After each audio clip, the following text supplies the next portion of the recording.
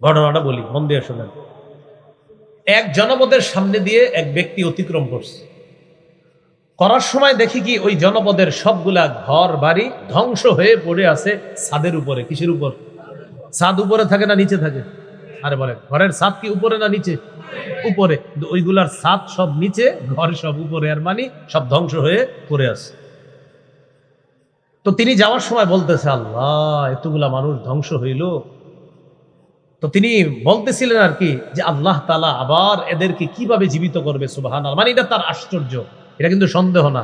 ওই ব্যক্তির এটা সন্দেহ না, ওই ব্যক্তি আশ্চর্য হইতেছে, আল্লাহু আকবার, কিভাবে ধ্বংস করলেন, আবার আল্লাহ কিভাবে জিন্দা করবে, এটা তার আশ্চর্য হওয়ার কারণ।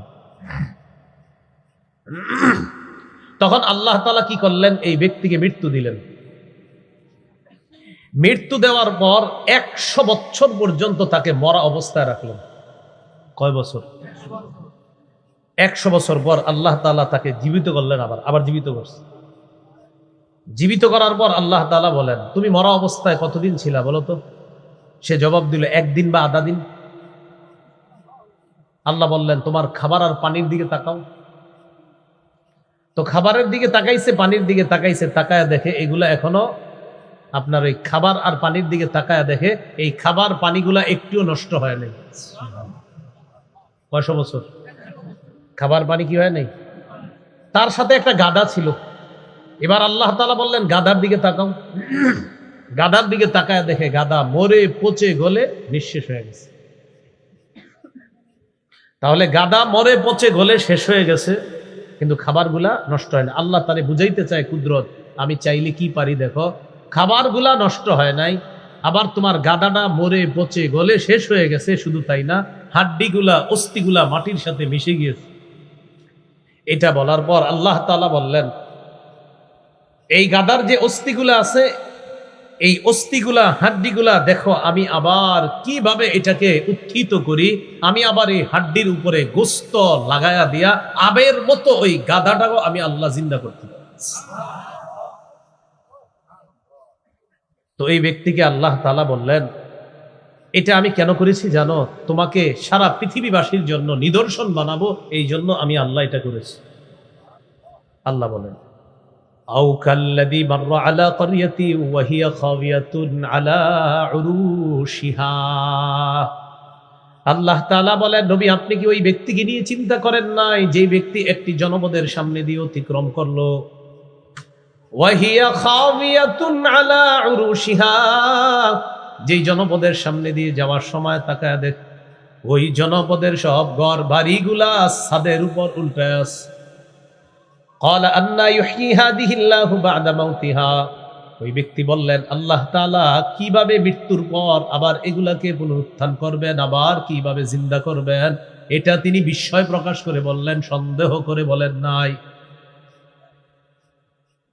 আল্লাহ তাআলা কি করলেন? ফাআমাতাহুল্লাহু মিআতা আমিন সুম্মা বাআসা। আল্লাহ তাকে 100 বছরের জন্য মৃত্যু দিয়ে দিলেন। কয় বছর? 100 বছর। সুম্মা বাআসা, এরপর আল্লাহ তাকে আবার জীবিত করলেন। জীবিত করার পর আল্লাহ বললেন, ক্বালা কাম লাবিস্তা, কতদিন আপনি মৃত্যু অবস্থায় কাটিয়েছেন? তিনি জবাব দিলেন, লাবিস্তু ইয়াওমান আও বা'দা ইয়াওম, একদিন বা আধা দিন। বলেন তো, একদিন আধা দিন নাকি 100 বছর? আল্লাহ বললেন, ক্বালা বাল লাবিস্তা মিআতা আম, বরং তুমি মৃত্যু অবস্থায় 100 বছর কাটিয়ে দিয়েছো।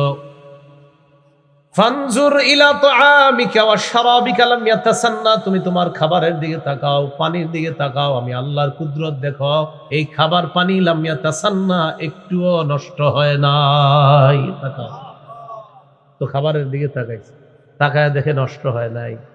এবার আল্লাহ বললেন, অনজুর ইলা হিমারিকা, তুমি তোমার গাধার দিকে তাকাও। ওয়ালিনাজআলাকা আয়াতাল লিন্নাস, এই যে তোমাকে 100 বছর মৃত অবস্থায় রাখলাম, 100 বছর পর আবার তোমাকে জিন্দা করলাম। জিন্দা করার পর তোমার খাবারগুলা তোমাকে দেখায় দিলাম, 100 বছরে খাবারগুলা নষ্ট হয় নাই। আমি আল্লাহ এটা কেন করেছি জানো? দুনিয়াবাসীর জন্য, তোমাকে নিদর্শন বানানোর জন্য। আমি আল্লাহ 100 বছর মৃত রাইখা আবার জিন্দা করলাম, মানুষ যেন বুঝতে পারে কিয়ামতের ময়দানে আমি আল্লাহ মানুষকে আবার জিন্দা করব, এতে কোনো সন্দেহ নাই। তোমাকে দিয়ে দুনিয়াবাসীর কাছে আমি একটা প্রমাণ হিসাবে রেখে দিলাম, মানুষ যেন বুঝে আমি তাদেরকে আবার জিন্দা করব, তোমাকে জিন্দা করলাম। ওয়ালিনাজআলাকা আয়াতাল লিন্নাস, আমি তোমাকে মানুষের জন্য নিদর্শন বানিয়েছি, এজন্য এটা করেছি। এবার আল্লাহ বলেন ওয়ানজুর ইলাল ইযাম, অস্থিগুলার দিকে তাকাও, ঘোড়ার হাড্ডিগুলা পচে গলে যে মাটির সাথে মিশে গেছে এগুলার দিকে তাকাও। তো তাকাইছে, তাকানোর পর দেখে ঘোড়াটা নাই, গাদাটা নাই, এই গাদা মরে পচে গলে গাদার হাড্ডিগুলা মাটির সাথে মিশে গেছে। তা আল্লাহ তাআলা বললেন হাড্ডির দিকে তাকান, আপনি তাকাইছে, কাইফা নুনশিজুহা, আল্লাহ তাআলা বলেন দেখো এখন আমি কিভাবে কাইফা নুনশিজুহা, এটা পুনরুত্থান করি, আবার উত্থিত করি। সুম্মা নাকসুহা লাহমা, আমি আল্লাহ ওই হাড্ডির উপর আবার গোশত এটার মধ্যে প্রবেশ করায়া দেই, গোশতের পোশাক পরায়া দেই। আল্লাহ বলেন এই পুরাতন হাড্ডির মধ্যে গোশতের পোশাক পরায়া দিয়া দেখেন 100 বছর আগের ওই গাধা আমি আবার কিভাবে জিন্দা করলাম। এটা করার পর আল্লাহ বললেন ফালাম্মা তাবায়্যানা লাহুম আল্লাহা আলা কুল্লি শাইইন কাদির, যখন তার কাছে স্পষ্ট হয়ে গেল যে আসলে আল্লাহ তাআলা জিন্দা করেন, আল্লাহ তাআলা মৃতকে আবার জীবিত করা এটা আল্লাহর কাছে কোনো ব্যাপার না, তখন তিনি বললেন আমি বুঝতে পেরেছি আল্লাহ সকল কিছুর উপর ক্ষমতাবান, আমি জানি আল্লাহ তাআলা সব কিছুর উপর ক্ষমতাবান। এখন কথা হলো এই ব্যক্তিটা কে, যে ব্যক্তির সাথে এটা ঘটনা ঘটছে? কোরআন এই ব্যক্তি সম্পর্কে কিছু বলে নাই। আর ওই এলাকাটা যে এলাকায় ধ্বংসের ঘটনাগুলো ঘটছে এটা কোন এলাকা, এই ব্যাপারে কোরআনও স্পষ্ট কিছু বলে নাই। মুফাসসিরিনে কেরাম গবেষণা করে বলেন এই ব্যক্তিটা হলো উযাইর আলাইহিস সালাম। কোন নবী? অথবা আরমিয়া, একজন নবী আছে, কি নাম? আরমিয়া। উযাইর নবী অথবা আরমিয়া নবী এই ব্যক্তিটা। আর এলাকাটা কোন এলাকা? মুফাসসিরিনে কেরাম এবং ঐতিহাসিকগণ গবেষণা করে বলেন এলাকাটা হলো বাইতুল মুকাদ্দাসের একটা এলাকা। কোন জায়গা?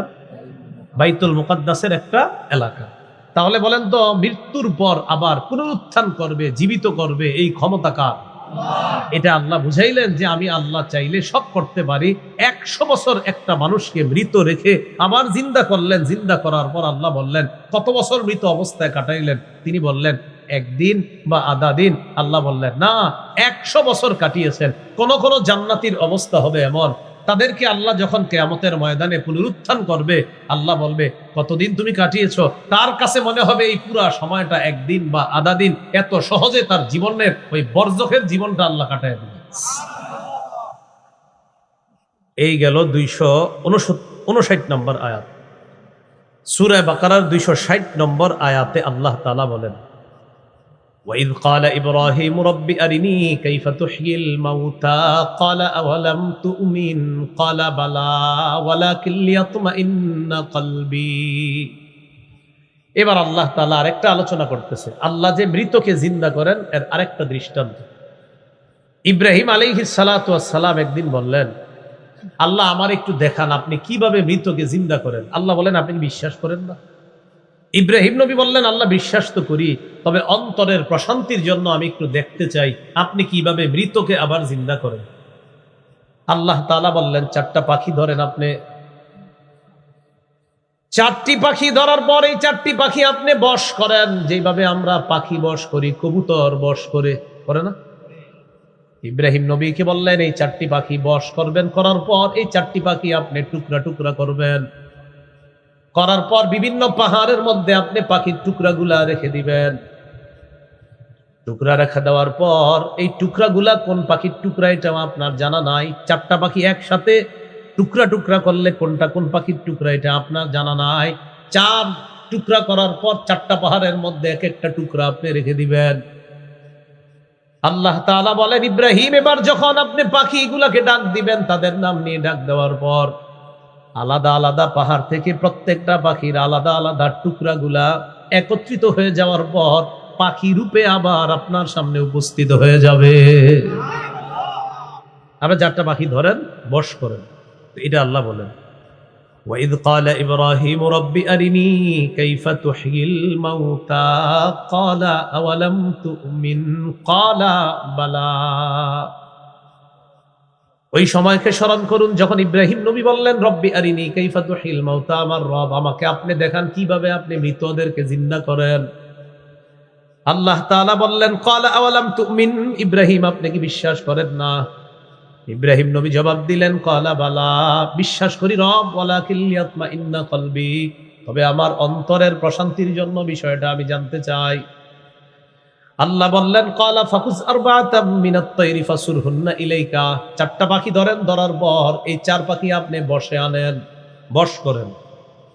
সুম্মা জাআল আলা কুল্লি জাবালিন মিনহুন্না জুজআ, এই চার পাখি টুকরা টুকরা করার পর পাখিগুলা টুকরাগুলা আলাদা আলাদা পাহাড়ের মধ্যে আপনি রেখে দেন।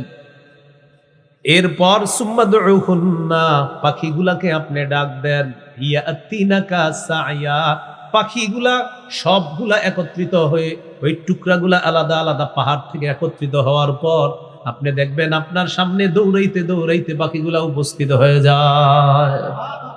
ওয়ালাম, জেনে রাখেন, আন্নাল্লাহা আজিজুল হাকিম, নবী আপনি জানেন আল্লাহ তাআলা আজিজ মহাপরাক্রমশালী, হাকিম আল্লাহ তাআলা মহাপ্রজ্ঞাময়। এখন এইখানে একটা কথা, মৃতকে আবার জিন্দা করবে কে? বলেন বলেন বলেন, কে? কোনো সন্দেহ আছে? বলেন আমার সাথে, এই কথায় সন্দেহ রাখা যাবে না, সংশয়ও রাখা যাবে না। সন্দেহ আর সংশয় কোনটা? সংশয় মানে হতেও পারে নাও হতে পারে, এটা হলো সংশয়। এই ব্যাপারে আল্লাহ তাআলা 25 নম্বর পারার 20 নম্বর পৃষ্ঠায় এই সংশয়বাদী আকীদা সম্পর্কে আল্লাহ তাআলা বলেন, কিছু মানুষ আছে এমন, যেই মানুষগুলা আল্লাহ তাআলার কুদরত, আল্লাহ যে আবার জিন্দা করবে, কিয়ামত যে হবে, তখন তারা বলে কিয়ামত হবে, আবার মানুষকে পুনরুত্থান করবে, মৃতকে জিন্দা করবে, এটা আপনি বিশ্বাস করেন? তখন তারা বলে হতেও পারে নাও হতে পারে। কিছু মানুষ এরকম কথা বলে, এটা হলো সংশয়বাদী আকীদা। আমাদের আকীদা হলো নিশ্চিত আমরা মারা যাব, আমাদের আকীদা হলো নিশ্চিত আমাদেরকে আল্লাহ পুনরুত্থান করবেন, আবার আল্লাহ আমাদেরকে পুনরুত্থান করবেন, এটার মধ্যে আমাদের কোনো সন্দেহ নাই। তাহলে ইব্রাহিম নবী কেন বলছে? অন্তরের প্রশান্তির জন্য। উনি কি বিশ্বাস করে না? নাউজুবিল্লাহ, না, উনি বিশ্বাস করে, তবে উনি বলছে আল্লাহ অন্তরটার একটু শান্তি দিতাম, এই জন্য আপনার কাছে দেখতে চাইছি।